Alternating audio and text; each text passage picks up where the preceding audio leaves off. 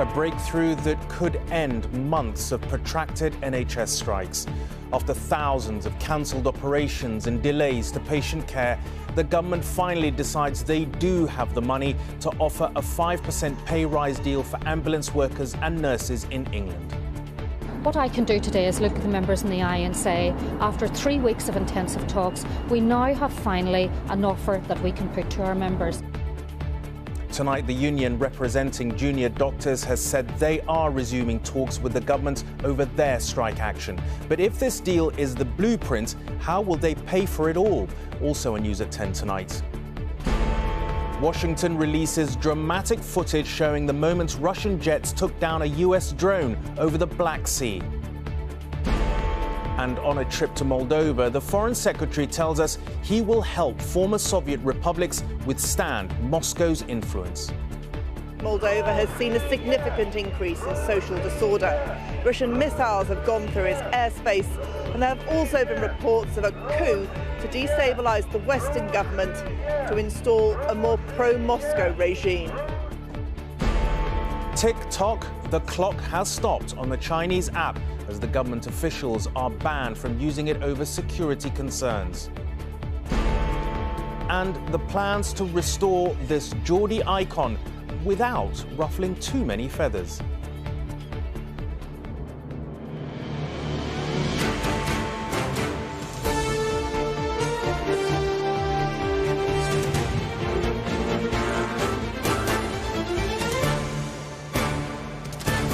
This is ITV News at 10 with Rageh Omar. Good evening. After weeks of deadlock, to say nothing of thousands of missed operations, negotiators for the government and the unions have struck a deal that will get most striking NHS workers in England back to work. The breakthrough has led to the suspension of all industrial action, whilst nurses, ambulance crews, hospital porters and others decide whether to accept it. Most unions are recommending they do. It includes a one-off payment for the current financial year, part of which has been labelled a COVID recovery bonus, and a 5% pay rise to take effect in April. Junior doctors, who just ended a 3-day strike this morning, are not included in the deal, but their union today accepted a government invitation to start talks, possibly as soon as tomorrow. They walked out. They stood firm. And now they've been offered a pay deal. Nurses, paramedics, call handlers, porters and more all wanted the government to listen, and it seems finally they have. This agreement rightly recognises the fantastic work that our NHS workers like nurses, midwives and paramedics do, whilst also being affordable for the taxpayer and allowing us to deliver on our promises to halve inflation and cut NHS waiting lists. The government's offering staff in England a one-off lump sum for the previous year. It'll be worth £1,600 for workers such as porters, cleaners and healthcare assistants, around £2,000 for nurses, paramedics and midwives, and nearly £4,000 for the highest paid. A 5% pay rise is also being offered for next year. You said you wanted an inflation-busting pay rise. Have you done everything you can? Is this the best you can do for your members? I'm confident that at this stage we've wrung everything out of the coffers that we possibly could. That's a significant shift in the Treasury position. If you think about what they were saying back as recently as February. What I can do today is look at the members in the eye and say, after 3 weeks of intensive talks, we now have finally an offer that we can put to our members. And it will now be put to tens of thousands of union members. Jason is one of them. He's pleased there's finally a breakthrough. I feel immensely relieved. No one wants to take industrial action. We're relieved that the government have finally taken us seriously. I do believe now that they've seen the resolve of all the NHS workers through the industrial action and are now starting to understand the pressures that we face. There may be an offer, but it's taken 3 months to get here and disruption has been huge, mainly for patients who've had their operations postponed or cancelled and hospitals which are under immense pressure. This is very good news after what has been very damaging industrial action. We hope that the government can also enter negotiations with the junior doctors. But there is a question mark, and that question is, how is this going to be paid for? It is indeed a question many are asking. Without new money, there are fears it'll simply come from elsewhere in the NHS budget, affecting patient care. Emily Morgan, News at 10. Well, whatever the progress on NHS pay, other public sector strikes continue today. Most schools in England were forced to close to some or all pupils as teachers walked out for a second day. Meanwhile, up to 3 in 5 train services were cancelled today as RMT members walked out. There is another strike planned on Saturday. Well, our political correspondent Libby Vina is here. I guess, Libby, the first question is, if this 5% pay rise goes through, won't other public sector workers demand the same benchmark deal? Well, I think that's one explanation as to why the government took so long to get here. If you remember back in December when the nurses wanted to discuss, and other health unions wanted to discuss pay, the government point-blank refused. They've now offered them 5% for next year. And I think that they were waiting, in part, to see what was happening to inflation. The figures yesterday suggested that it would be down below 3% by the end of the year. So that's allowed the nurses perhaps to move because they'd wanted a deal above inflation. The government is offering them that, but only very slightly above inflation. I think one has to conclude also that Rishi Sunak is something of a pragmatist. That may be the case. But then, if he is a pragmatist, after so many months of these sort of strikes on the NHS, costing so many operations, how did the money suddenly appear, do you think? Well, the government is being very tight-lipped as to where the money is coming from. But interestingly today, the Chancellor, Jeremy Hunt, in one interview did say that he was prepared to be flexible. I think that suggests that the idea that NHS chiefs would have to find the money from within existing budgets has gone out the window, and that the Chancellor is prepared to find other money for the health service. I think it might be a different case with other departments. Perhaps they could face cuts in order to pay for pay rises. OK, Libby, thank you very much indeed. Well, French President Emmanuel Macron is almost certain to face a motion of no confidence after he bypassed Parliament today to impose a bill raising the retirement age from 62 to 64. Throughout the day, thousands took to the streets of Paris in protest. Monsieur Macron used special legal powers just minutes before a scheduled vote, which he was not guaranteed to win, infuriating opposition lawmakers in the National Assembly who were sidelined by his decision.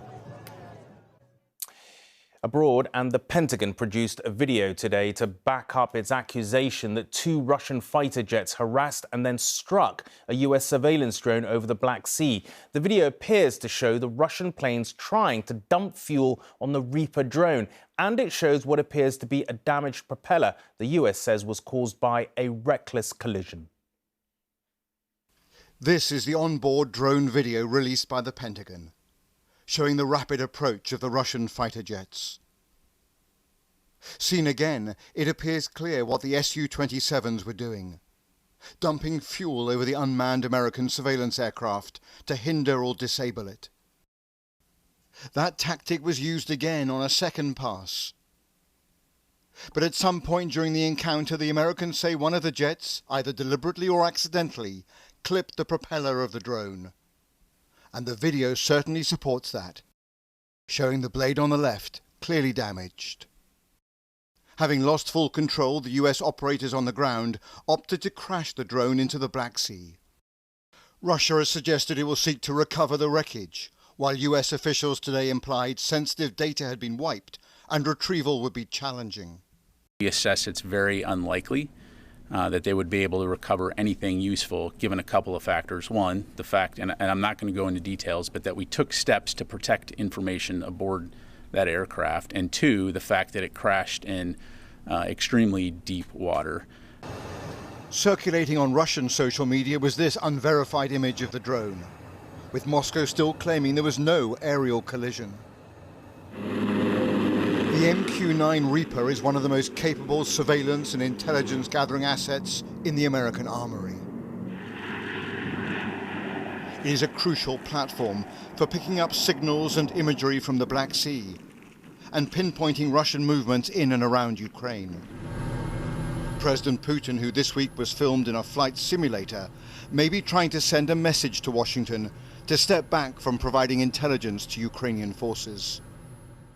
But the US is insisting this aerial confrontation did not occur in Russian airspace and that its drones will continue to fly wherever permitted by international law.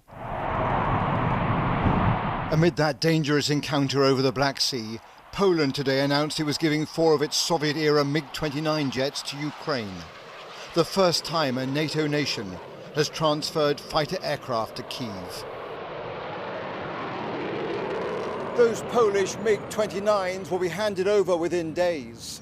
But what the Ukrainian Air Force really wants are Western fighter jets like the F-16. And yet today the US government is making clear there will be no such transfers, despite the Polish move. Robert Moore, News at 10, Washington. Well, as Russia tries its luck to press its influence in the skies against Western powers, there is ample evidence of it doing so more subtly on the ground against more vulnerable targets, namely in several former Soviet republics. That's why the Foreign Secretary James Cleverly is visiting Moldova, Georgia and Kazakhstan this week, 3 countries all seen as under threat from what the UK calls Russia's malign influence.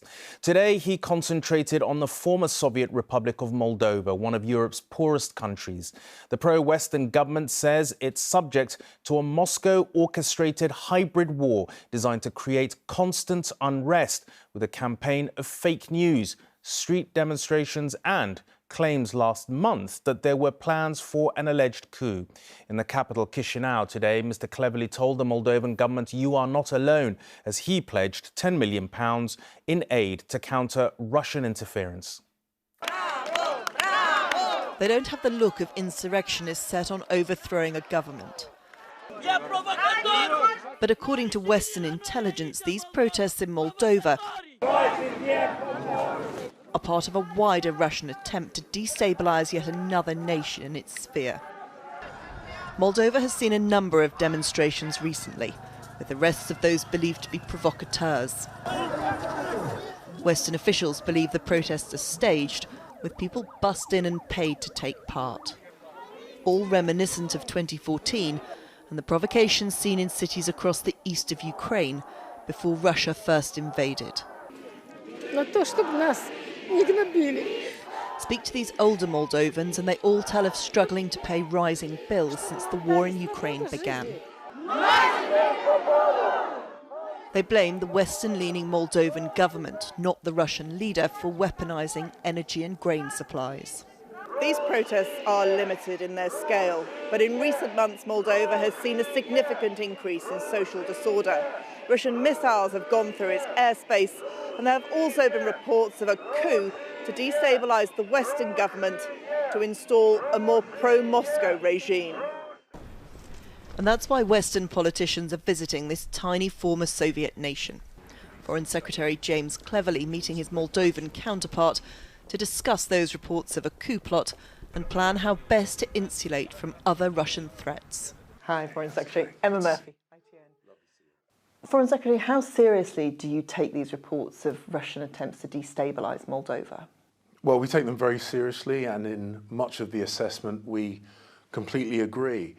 The immediate physical threat that Russia posed to Moldova, I think perhaps has receded as the Ukrainian armed forces have pushed them back along that Black Sea coast. But what we're also seeing is a hybrid attack through political manipulation, the manipulation of energy prices, disinformation, cyber attack. And Moldova is in the front line in defending itself against those things. The protests, which happen daily, are led by the opposition Shore Party, dubbed by other politicians as a terror organisation and Kremlin puppet. The party's vice president denies any wish to destabilise Moldova. I guess, and I think that the Russian Federation has a lot of other things to do and to think about than Moldova. When the war began, Moldova feared it would spread to its streets. It has not, but this country faces its own internal battles as to whether its future is facing the east or the west. Emma Murphy, News at 10, Moldova. Immediate fears over the possible collapse of the bank Credit Suisse were eased today after Switzerland's central bank stepped in with a £45 billion loan. The markets reacted by regaining some of the territory they lost yesterday amid worries that Credit Suisse could fail. The European Central Bank was so unconcerned that it went ahead with an expected 0.5% interest rate rise to combat inflation. Now, an ITV News investigation has revealed that tens of thousands of children in England are attending schools with roofs that could collapse at any moment. In what will cause every parent of a school child deep concern, we've learned that the roofs in question are made from a type of cheap reinforced concrete used from the 1960s to the 80s, which has only a 30-year safe lifespan. The government admits this type of concrete is now liable to fail with little or no warning, and it could be present in hundreds of schools. There is, at first glance, nothing unusual about Abbey Lane Primary. But inside this Sheffield school, children as young as 4 and 5 are having to learn under 60-year-old roofs made from concrete that's been deemed at risk of collapse, where in parts the ceiling is having to be held up by wooden props. So the Y1 classroom was built in the 60s. Maxine Stafford has to be more vigilant than most head teachers. But this roof needs to come down. It does need to come down. 2 years ago, she discovered parts of the building were made from an old, lightweight concrete that is now well past its natural lifespan, including in this classroom used for Year 1 pupils. And you've put that prop in because it could come down? Because it started to crumble. So to make sure that it doesn't come down, and we've had assurances that it is safe. The flat roofs were built in the 1960s using reinforced autoclaved aerated concrete, or RAC, a weaker building material with a typical lifespan of 30 years that the Department for Education says is liable to collapse without warning. It absolutely should be a given that children enter school in buildings that are safe. For various reasons, you know, it's not been identified early enough, and that's really frustrating because you're always at the back of your head going, well, there was an element of risk to the children at this point and an element of risk to my staff.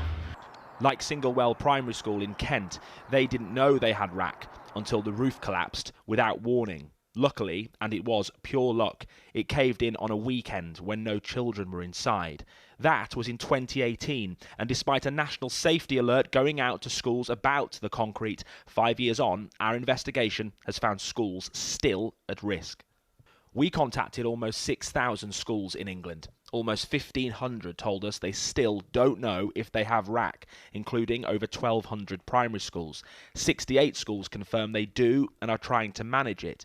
We also found that 3,700 schools run by local authorities have been identified as needing an inspection for RAC. But of those, fewer than half have been inspected. More than 2,000 schools still haven't been checked. We've come to Loughborough University to see RAC being tested. On the left, 30 tonnes of weight is applied to modern concrete and it barely moves, while the RAC disintegrates under 1/10 of that pressure. This is the RAC concrete. It's just falling apart. We don't know what schools have got RAC and what schools haven't got RAC, and a visual survey will not assess it. You actually have to do some investigative work within the concrete, and it's a ticking time bomb. Do you want to take the risk of not looking at it just because your school may not have RAC concrete? I wouldn't want to if I was sending my kids there. The Department for Education says it's working with schools to help identify and manage RAC and has asked them to respond to a questionnaire on whether or not they have it. Back at Abbey Lane Primary, the RAC roofs will be removed this summer at a cost of £500,000. They've been reassured it's safe until then, but many other schools are right now unaware of this hidden danger. Daniel Hewitt, News at 10. 6 months on from the death of Mahsa Amini in Iran, her family have told News at 10 they want the government in Tehran to be prosecuted by an international criminal court. It comes as protests sparked by her death continue, protests which have so far led to more than 22,000 arrests and hundreds of deaths, including an estimated 71 children. Mahsa's cousin spoke to us at an undisclosed location in Germany where he has sought asylum. A warning, though, some will find their story and some of the images that go with it distressing.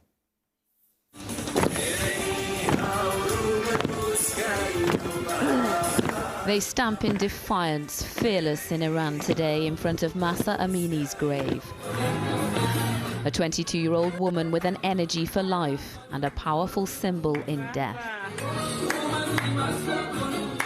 whose family mourned that loss and continue to 6 months on.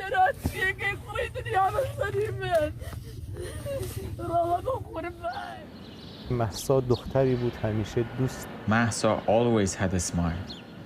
I grew up with her. She was joyful. She was part of me. Irfan is Mahsa's cousin, a man in hiding. He's had to escape to Iraq, France and now Germany since he dared to speak out about her death. He showed me the threat he received 3 days ago. What does that say? Yes. The Islamic Republic of Iran plans to harass my family, kidnap me and take me back to Iran. Mahsa's parents can't talk to the media. If they do, the regime says it will arrest their son. They don't want to lose him too. Mahsa was taken off the streets by the morality police and taken into custody in September. Inside the police station, she collapsed, slumped to the floor. The government blames a pre-existing health condition. The family disputes that. 3 witnesses from inside the police van confirmed that Mahsa was hit over the head. Mahsa's family want their case heard in an international court. The leadership must be held accountable for crimes against humanity. I want my daughter alive, her mother screamed in hospital.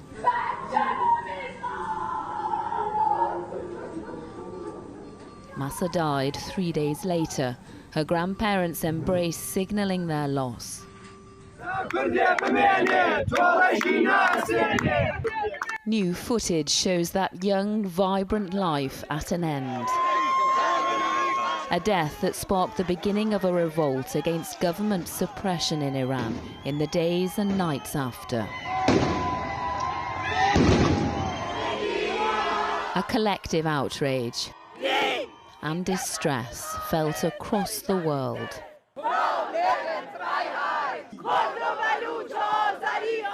Everyone is on the street and they're united. Daniela Saperi is a German-Iranian living in Berlin. What's significant for this revolution is who is leading this revolution. The women, the youth, the Gen Z, and the students.